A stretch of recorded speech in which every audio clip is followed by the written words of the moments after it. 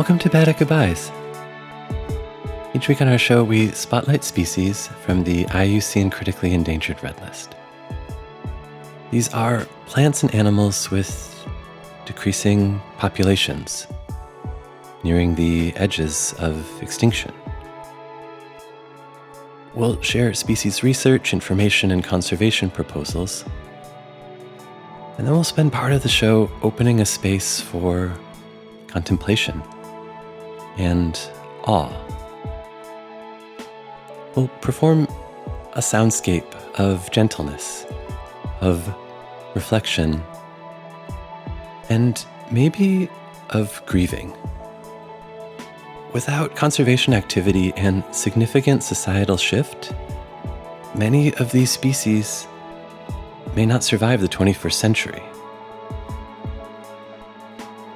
And so perhaps we might acknowledge their journey with a moment of our attention, a recognition of our kinship, and with a commitment to personal and systemic change. Thank you for listening.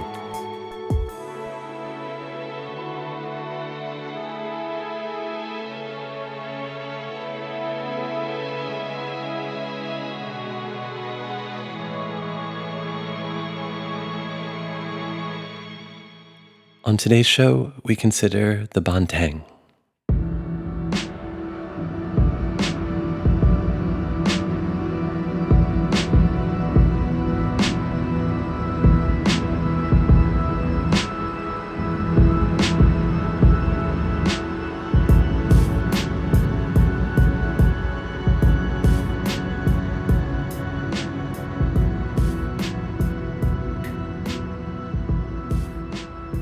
The Banteng is a critically endangered bovine mammal native to Southeast Asia, specifically Java, Borneo, Myanmar, Thailand, Cambodia, Laos, and Vietnam.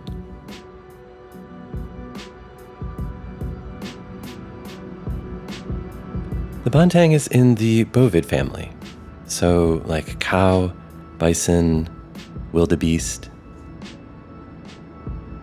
They are large grazers, measuring roughly 7 feet in length and 6 feet in height, measured at the shoulder, and they can weigh up to 2,000 pounds.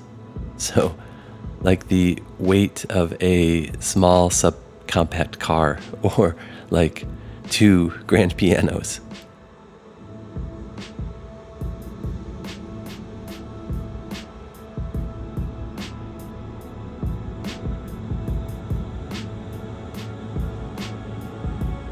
Visually, Banteng share some features with common domesticated cattle, looking a bit like a sleeker, muscular ox, though with longer legs and a shoulder ridge, a bit like a bison.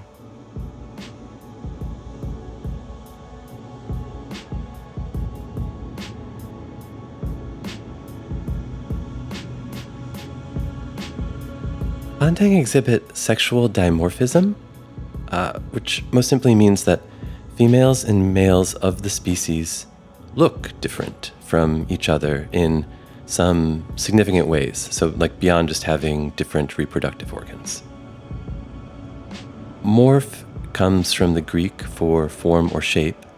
The prefix di means two, so sexual dimorphism, two forms based on sex, male and female.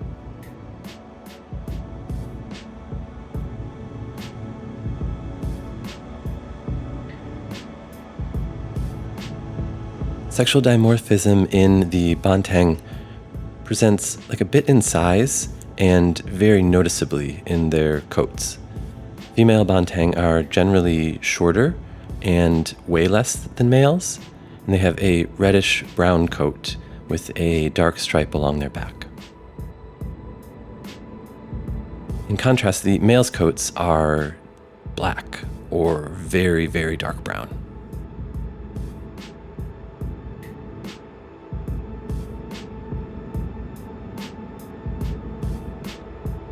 Both females and males have white fur on their lower legs, a white rump, a white muzzle, white spots above their eyes, and a tail with a black tuft at the end.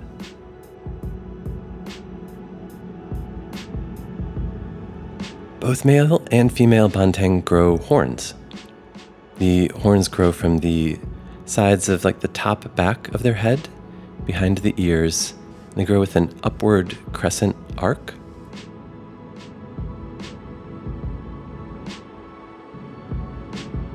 Female horns are generally shorter and more tightly curved. Male horns are longer, thicker, and arc slightly forward. Banteng horns can grow up to 3 feet in length from base to tip.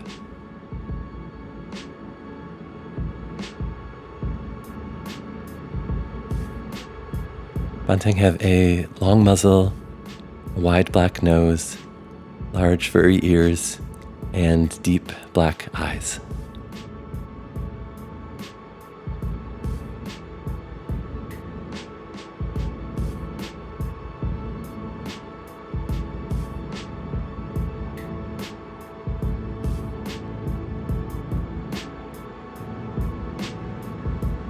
Banteng are social animals, living in herds of one male, multiple females, and their offspring, ranging in size from a few individuals to groups of up to 40.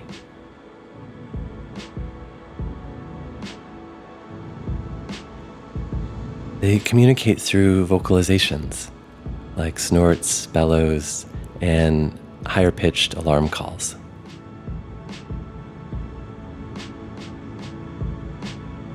They have a strong sense of smell, which is also likely used for communication within the herd for scent marking and signaling of reproductive status.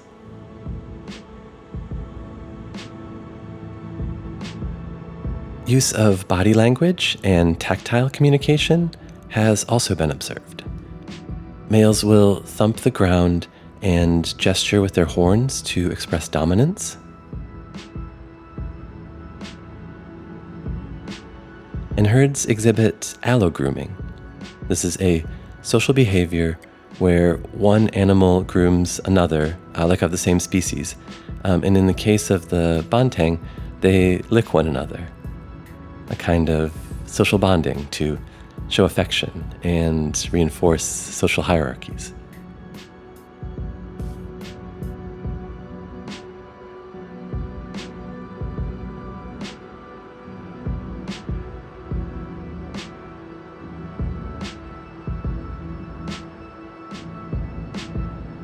Banteng are polygynous, meaning that one male will mate with multiple females. Mating occurs in May and June. Gestation is 9 to 10 months long, and the new calves are born the following March and April.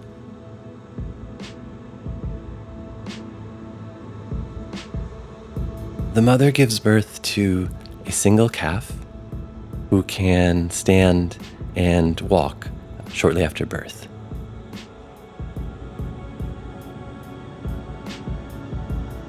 Calves nurse for 6 to 9 months, with their mothers providing primary care, though protection of the young is supported by the herd.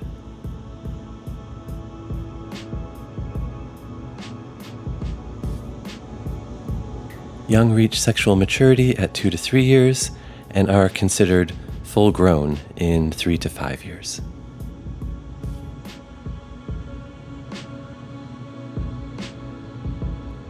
Banteng can live up to about 20 years old, their coats graying in old age.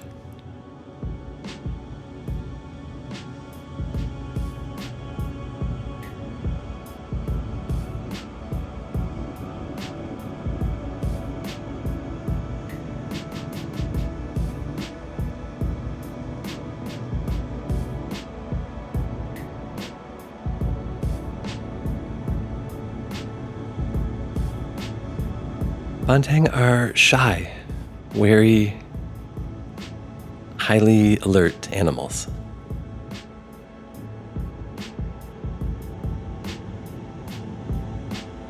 In undisturbed forest, They are generally diurnal, so active during the day. But in habitats encroached upon by human presence, they are predominantly nocturnal, feeding throughout the night and hiding, taking shelter in dense vegetation and forests during the daytime.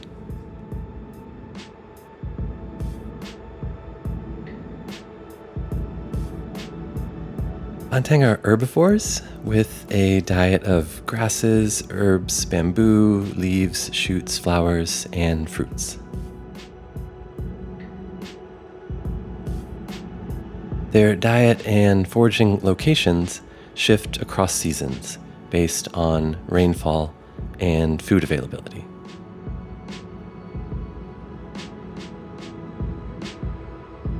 During the dry season, herds typically move to dry valleys or more open lowlands where their primary diet consists of grass. During monsoon season, herds will move into forest highlands and bamboo jungles, and their diet shifts to more fruits, leaves, and shoots.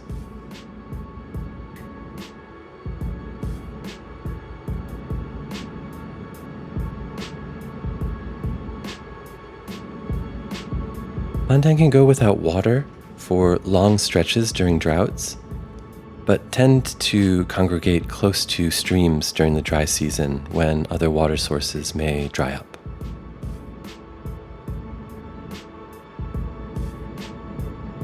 They rely on salt licks for vital mineral intake. A salt lick is like exactly what it sounds like. This is a natural mineral deposit that the Banteng lick to intake essential mineral nutrients.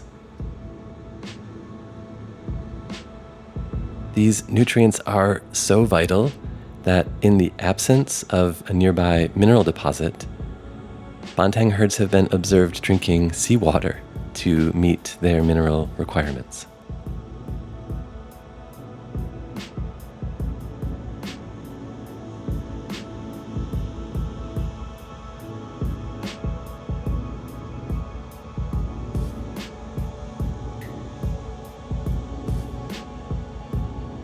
Researchers estimate that the Banteng was first domesticated over 5,000 years ago.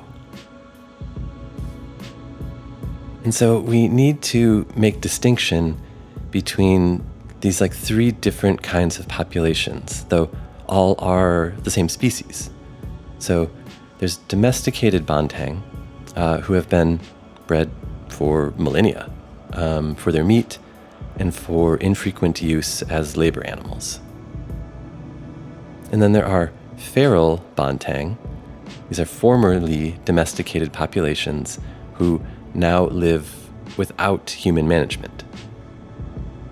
And of course, there's the wild Banteng, the focus of our interest on this show. These are populations that have survived totally outside of human intervention.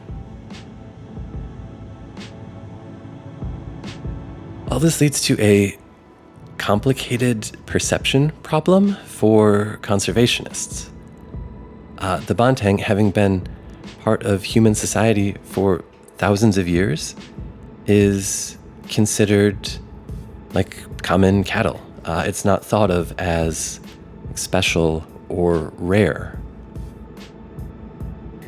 And yet, its wild population is profoundly endangered.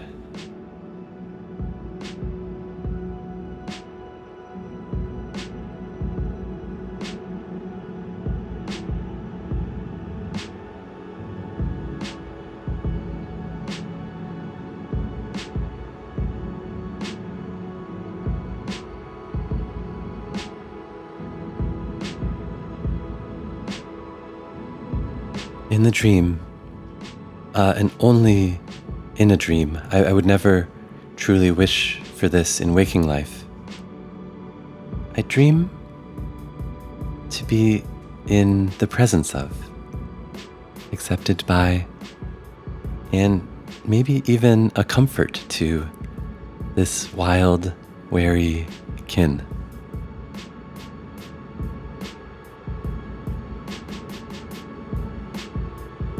You probably have not subscribed, I say, but I make a podcast about animals.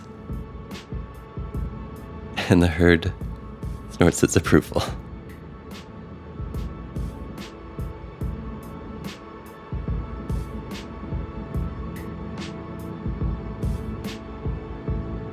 And then we walk the forest trails together peacefully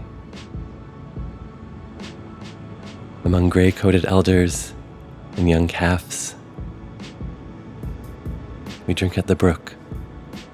We rest in the shade.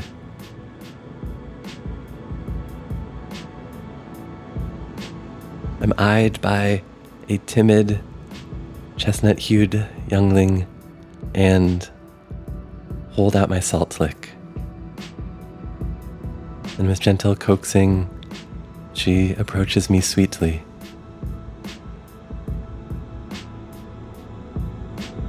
To pet its new fur, to be perceived as protector, not threat.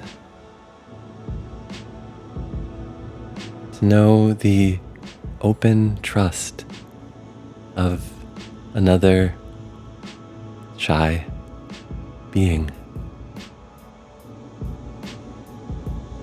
in the dream.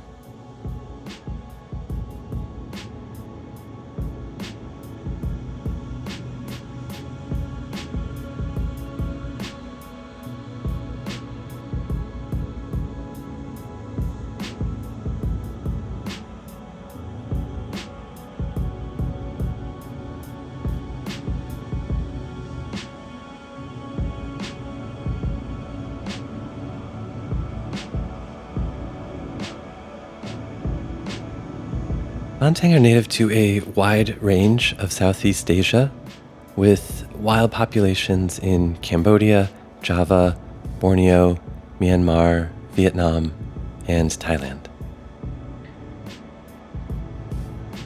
They're found in a wide range of ecosystems: open, dry, deciduous forests, semi-deciduous monsoon forests, tropical dipterocarp forest, lower montane forest, seasonal freshwater swamp forest, beach forest, bamboo forest, and grasslands with dense forest patches.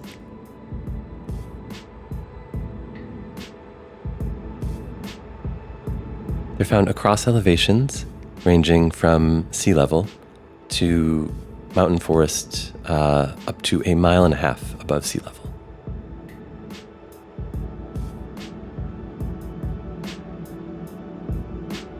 Across these habitats is a preference for landscape with both thick forest vegetation and glades of grasses, as well as access to fresh water.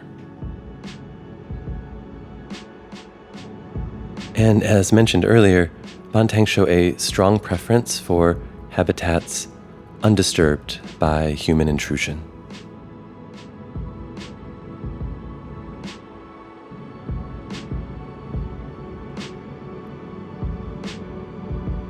Generally, this is a tropical monsoon climate. It's wet from roughly May to November, with monsoons that bring roughly 45 inches of rainfall. It's followed by a drier period from December to April. High temperatures in this dry season can crest into the upper 90s Fahrenheit, though temperatures are relatively stable throughout the year, averaging in the low 80s and only fluctuating about 8 degrees from the warmest to coldest months.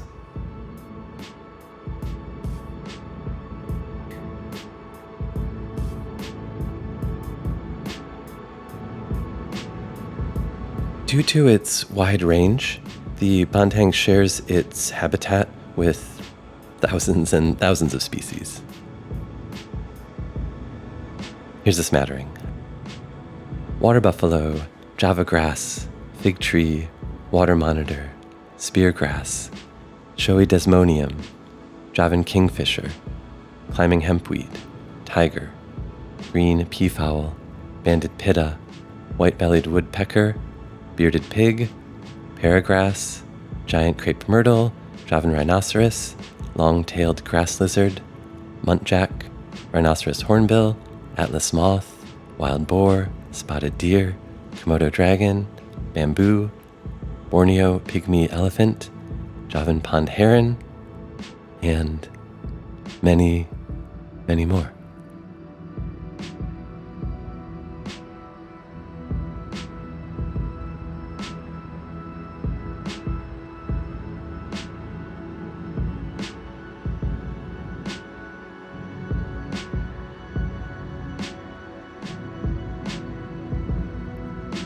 Historically, habitat loss and degradation have been the primary threat to the Banteng. Human transformation and destruction of forest and grasslands for timber and agricultural use like coffee plantations and livestock ranching, along with mining and infrastructure development like roads and human settlements, significantly reduced the Banteng's available native habitat.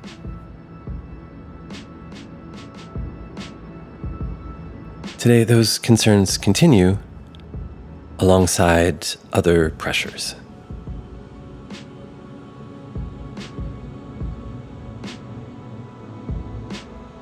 Human-induced climate change, resulting in more frequent and severe drought, impacts water availability and the plant populations that the Banteng relies on for food.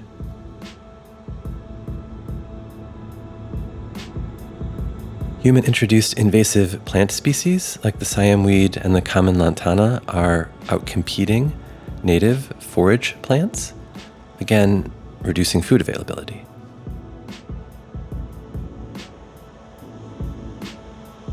There is documented evidence of disease transmission from domestic cattle to wild Banteng populations, as well as competition from domestic cattle for food and water resources.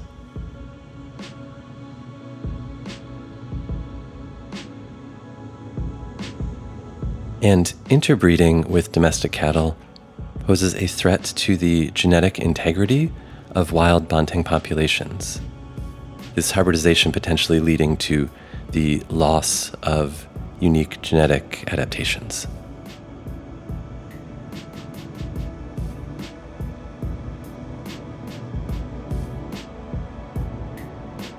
And lastly, a pressing contemporary threat is the hunting and poaching of wild Banteng, which is occurring both within and outside of protected areas.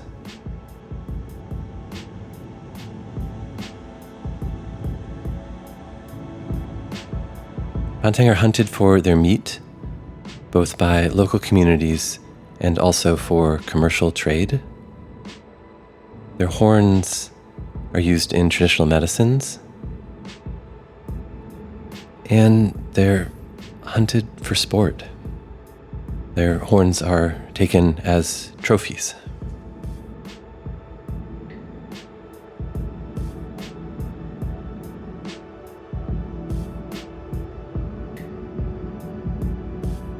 These hunters and poachers are using firearms, radio communication, trained dogs, snares, and electrocution to slaughter the Banteng.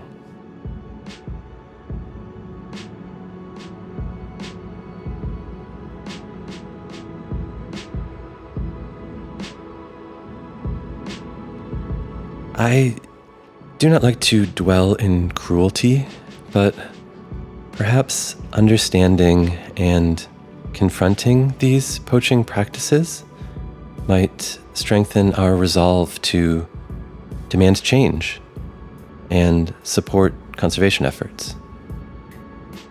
So I'm not going to be particularly graphic, but consider this a content warning of violence against animals, and feel free to rejoin us in roughly 2.5 minutes for more hopeful details about current conservation.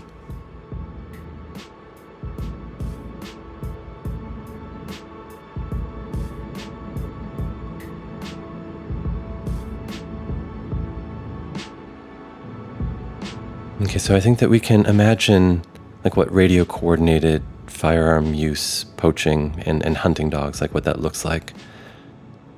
But regarding snares and electrocution, snare is a trap made from a loop of wire cable anchored to a tree or heavy object, and then placed near watering holes, feeding sites, and trails.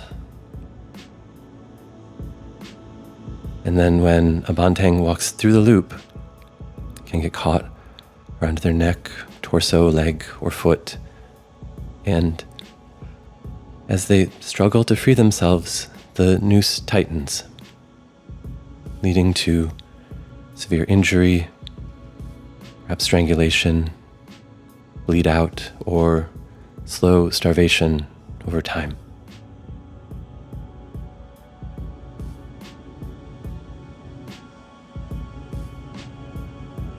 Regarding electrocution, poachers will rig up electrified hunting wires, like connected to a power source. And these live wires are placed again in areas frequented by the Banteng, and when a Banteng comes into contact with the wire, it receives a powerful electric shock, killing them or incapacitating them or seriously injuring them.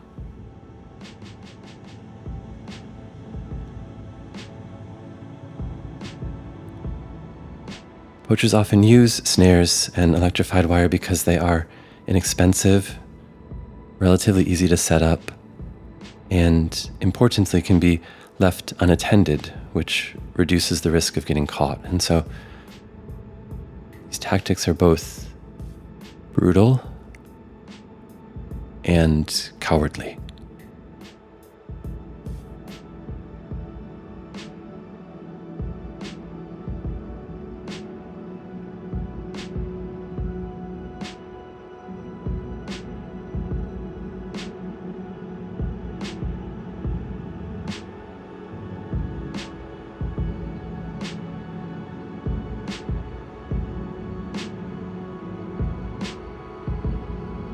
Fortunately, researchers, organizations, and governments are working to protect the Banteng. Banteng are legally protected in every nation across their range, and many of these places have specific anti-poaching laws. Most of the Banteng population live within protected wildernesses, so these are national parks, nature reserves, wildlife sanctuaries. And there are both on-site and off-site captive breeding programs in place. And the successful reintroduction of Banteng back into wild habitats was documented in 2019 and 2021.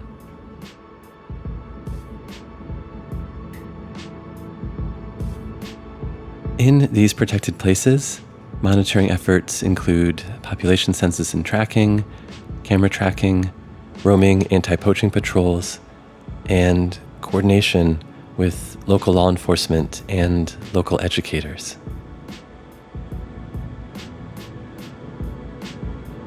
Science communication has proven to be an effective tool. A 2021 study in Thailand found that education, media attention, and outreach increased ethical and conservation concern for wildlife, so shifting societal norms away from wildlife hunting, which reduced the rate of poaching by 75%.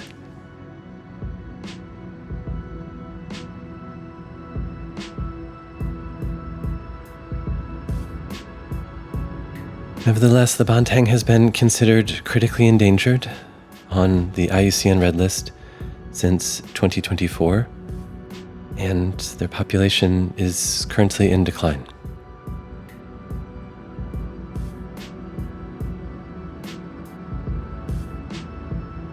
Our most recent counts estimate that less than 3,300 Banteng remain in the wild.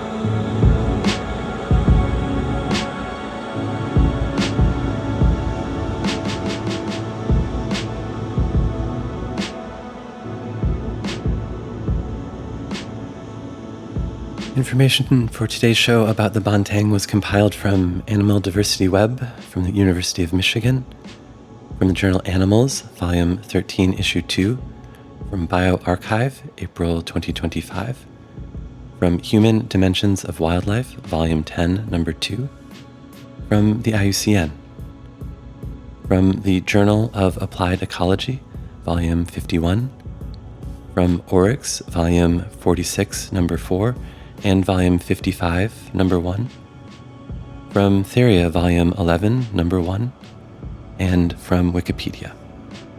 For more information about current Banteng conservation, see Action Indonesia at actionindonesiagsmp.org or the Wildlife Alliance at wildlifealliance.org.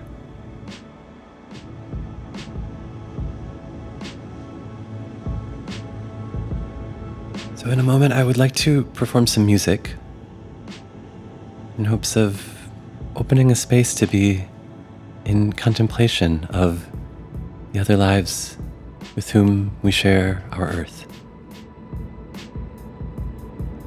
I do not intend to put meaning upon or extract meaning from the Banteng. Instead, I want this music to be an expression of my awe, and to be a moment to consider my own relationship to other life, like the Banteng.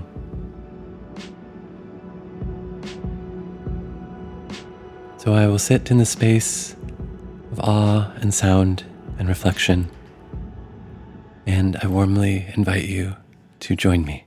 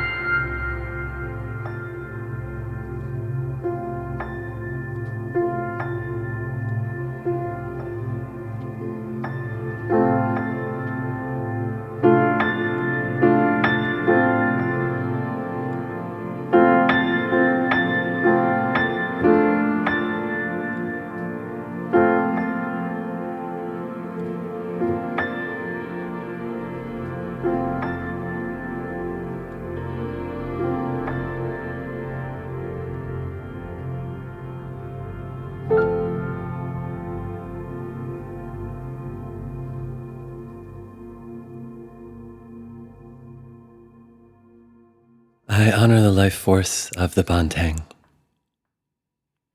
I will commit its name to my record. I am so grateful to have shared time on our planet with this lovely being. And I truly lament and carry rage for the ways in which I and my species have harmed and diminished this species.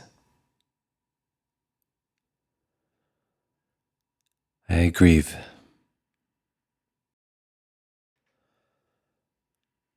And so in the name of the Banteng, I pledge to reduce my consumption, my carbon footprint, and my wastefulness. I pledge to acknowledge and attempt to address the costs of my actions and my inactions. And I pledge to resist the harm of plant and animal kin and their habitat by individuals, corporations, and governments. I forever pledge my song to the witness and memory of all life, to a broad celebration of biodiversity, and to the total liberation of all beings.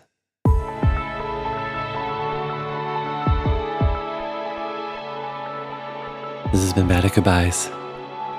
Thank you for listening. Until next time, let's take care of each other and all of our kin. Goodbye.